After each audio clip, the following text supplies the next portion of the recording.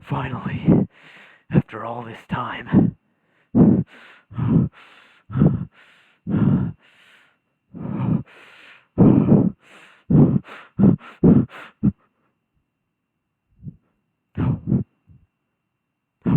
No. I need to get out of here. So, Source Filmmaker, you've probably heard about it, even if you don't use it. I guarantee you've seen animations and images that have been put out by the community. Shitty TF2 loadout wallpapers, TF2 animations, realistic artwork, fan-made machinimas, adult animations. It's absolutely earned its place as a viable form of producing content. It even made it to the news at one point. That being said, Source Filmmaker is horribly outdated. It runs on Source, an engine from 2004, but as the years passed, technology in the CG department has made incredible leaps. But now, we have something new. With the release of Half-Life Alyx, we have Source 2 Filmmaker, not to be confused with Source Filmmaker 2, which is basically just Source Filmmaker, but for crackheads who play Dota instead of TF2. Anyway, S2FM runs on Source 2, hence S2FM, Source 2 Filmmaker, which means a lot of new stuff. S2FM is awesome, and it's a pretty big deal. Today, I'm gonna prove it. I will make an art piece with Source Filmmaker and Source 2 Filmmaker. So sit back, grab a drink, and check out the differences between SFM and S2FM.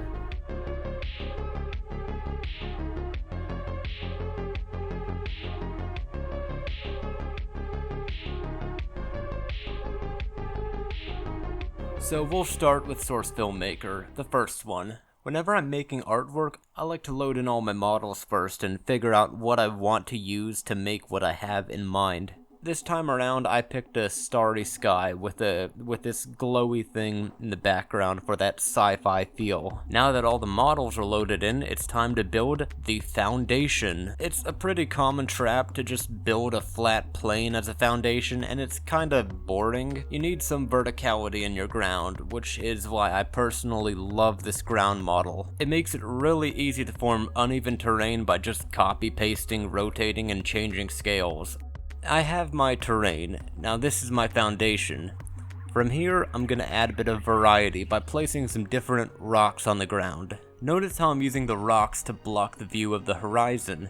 Not much can kill immersion more than an empty horizon, so if you place big rocks, mountains, houses, anything to cut off view from the horizon, it's actually a really easy cheat to avoid having to actually build a background. And now, the characters. I'll admit I kinda fumbled here. I had a particular idea in mind where these two soldiers would be walking around behind the robot and one of them's gonna be looking all heroically at the sky, but that turned out to be total dog shit. And I actually really like where I went with this instead. This is what I mean when I say it's okay to waste time on an idea that doesn't work and then just start over. Once the posing is finished, I can move on to the final step, lighting. This is by far my least favorite part of making art in SFM because SFM is not the best when it comes to lighting. It actually makes things incredibly difficult. Programs like Blender have all sorts of tools like point lights, directional lights, and HDR lighting, which is where Skydomes cast this light or something. I don't know, I don't fucking own a Blender. Well, guess what? SFM has spotlights and nothing else. So you gotta get creative with lighting.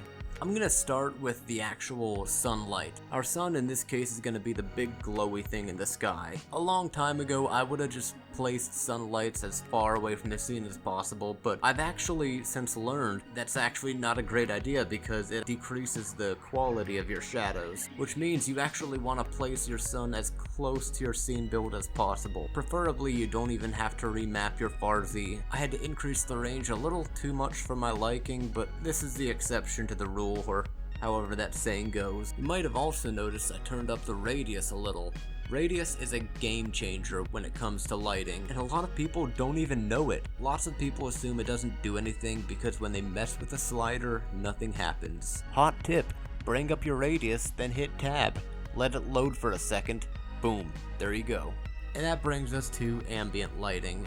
create a new light and bring it above your scene build. Crank the field of view up to something like 160. The goal here is to make it so that the light covers the whole scene build. Preferably you want it to be close to the ground, as close to the ground as possible. I made the light the color of the sky, and in this case that's dark blue. Now hit tab to see the results and make sure to preview the render at a higher sample size. The quality of radius lights is affected by your sample size, so make sure to just max it out. Now the fun part of lighting, rim lights. I want to have this piece heavily driven by silhouettes, which is a bit advanced since you really gotta understand posing to make that kind of stuff look good. I'm gonna start by turning down the far Z. This rim light is completely fictitious, you would never see this in the real world since there's no visible light source to illuminate like this, but it'll make it look pretty. You'll notice that I'm hiding all of my other lights so I can preview how these high radius rim lights look, and it will render much faster.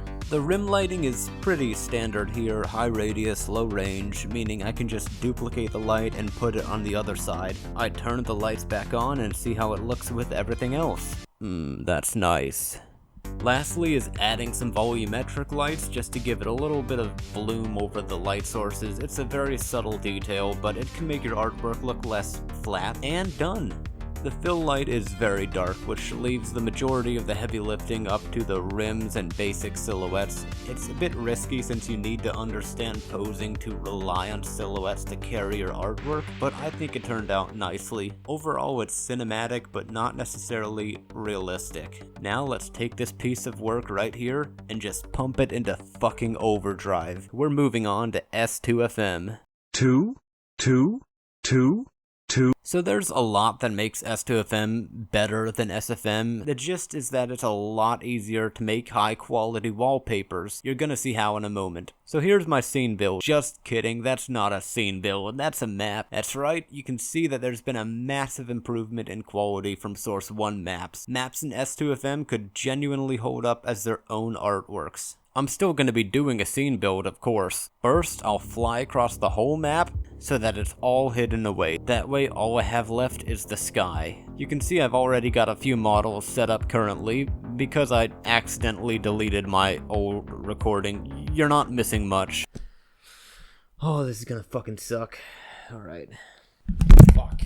Scene building is mostly the same in S2FM. The only real difference is that you have access to every asset from Half-Life Alyx, meaning all the base game assets are fucking gorgeous. Some of the models here, like the road, the sidewalk, and the massive spider tank in the background, are models that I ported myself. Porting in S2FM is actually really simple, like really simple, since S2FM now accepts FBX files, which is an extremely common file type for 3D models. Oh, it also accepts PNGs. See you later, VTF Edit. I never liked you, you fucking nerd. My scene building tactics are basically the same. Start with a foundation, then build upon that foundation with some more props. The foundation is obviously just the road and the sidewalks. Side note, you may have noticed the road is incredibly large. That's because the road model in question is actually really high poly. From what I've heard, there's not actually a limit to how high poly a model in S2FM can be.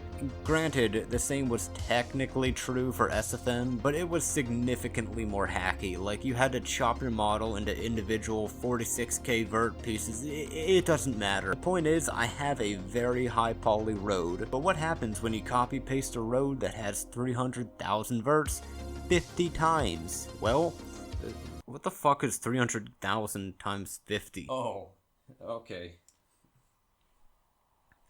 Yeah, my fucking computer can't run that. So this road is basically just a proxy, a placeholder for the real road. Next up is the buildings. Half-Life Alyx has some really solid buildings. Some of them are even destroyed. Additionally, I found a lot of rubble prop to place at the base of my buildings. Perfect for the art piece I have in mind. It's always important to make sure your art is believable.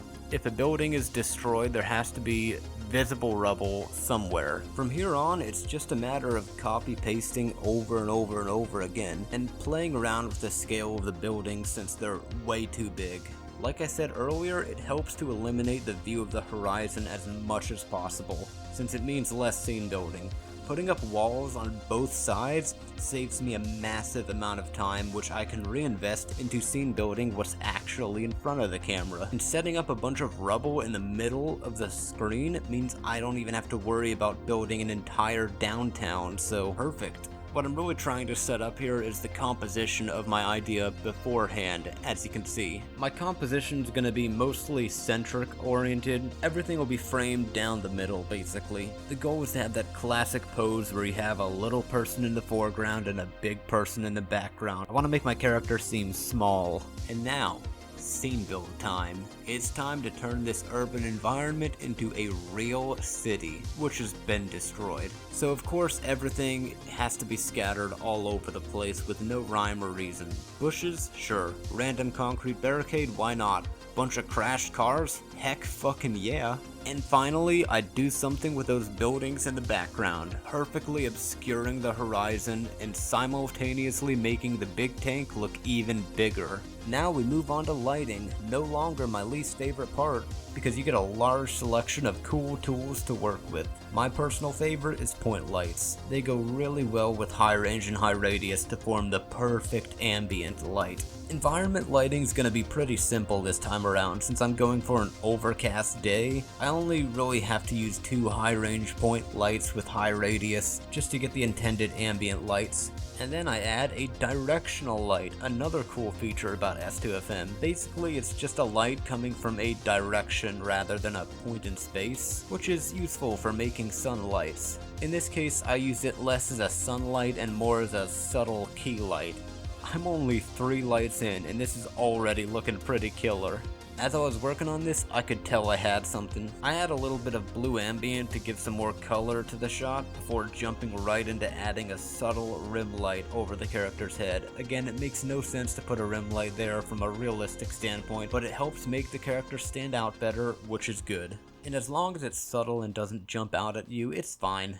It's at this point I decide I should probably pose my character. She's already in a pose, but that's more of a placeholder pose. I want something more defiant and aggressive, so I shit out a wide stance pose real quick, and boy does it look good from behind. I'm actually pretty solid with posing, as you'd expect of course. Animation is my passion after all. And this is the part where my screen recorder reminds me that I'm low on space, and holy fuck I am. My computer only has 400 megabytes of space left. Wait, how big is my source filmmaker folder?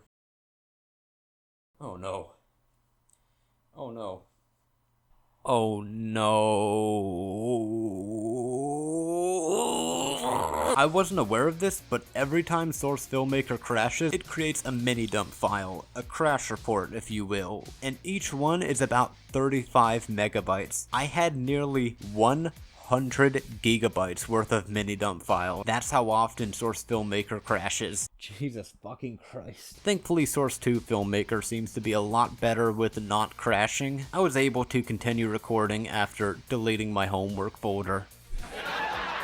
Next in the scene build process is taking what I currently have and cranking it up to 11. Next is fire billowing out of a trash can. Again, cranking it up to 11. I want some color in this image and I want it to look apocalyptic. What better tool to use than fire? I admittedly struggled looking for the right fire particle. Unfortunately, there's a lot of particles that just don't seem to show up when you spawn them in, but when I found the right particle, sweet Jesus, that looks good. So in the first SFM, particles were basically just flat PNGs which weren't affected by light. They would glow in the dark and all that, but in S2FM, particles actually interact with light, and that is huge compared to Source Filmmaker. It does admittedly make it a little more difficult to actually illuminate the ground around the fire without making the fire too bright, but I eventually figure it out off camera. We're in the home stretch now, just a few more rim lights, a few more particles, and finally lighting the tank, which actually looks like it's made of metal thanks to S2FM's new PBR workflow, which is 5,000 times better than VTF Edit. Fuck you, VTF Edit. It's finally done. Here's SFM, and here is S2FM. Can I get a fucking poggers in chat? The best part about this is that both these pieces took about the same effort to make. The one on the left only looks decent because it's so dark and it hides all the flaws that SFM has. It's kind of like if I was showing off how pretty I look, but there's a huge zit on my face, so I just hide that half in shadows. But in S2FM, there are no zits. I can just let it all hang out. The extra tools S2FM gives me to work with meant that I was able to make something a lot more ambitious than I could in SFM. Plus, the radius slider in S2FM just feels better. I don't know if I can put my finger on why, but holy shit, it just feels so much more useful. So there we have it. I think S2FM won by a landslide. There's not a single universe out there where I would be willing to say SFM looks better than S2FM. But if you feel otherwise, feel free to comment below. If you're feeling merciful, drop a like, maybe even subscribe if you like this kind of content. I don't upload very frequently, so if you want to stay on top of my videos, please hit the notification bell. I promise I won't flood your feed. Feel free to join my Discord, link in the description. I mostly just use it to let people know ahead of time when my videos are finished. If you want early access to my videos, there's where you're gonna find them. That's all for today, folks. Again, thank you so much for getting me to 1,000 subs. I have no idea how I even got here, to be honest. It means a ton to have a community, even if it's still pretty small. More content is on the way, so stay tuned and keep it classy.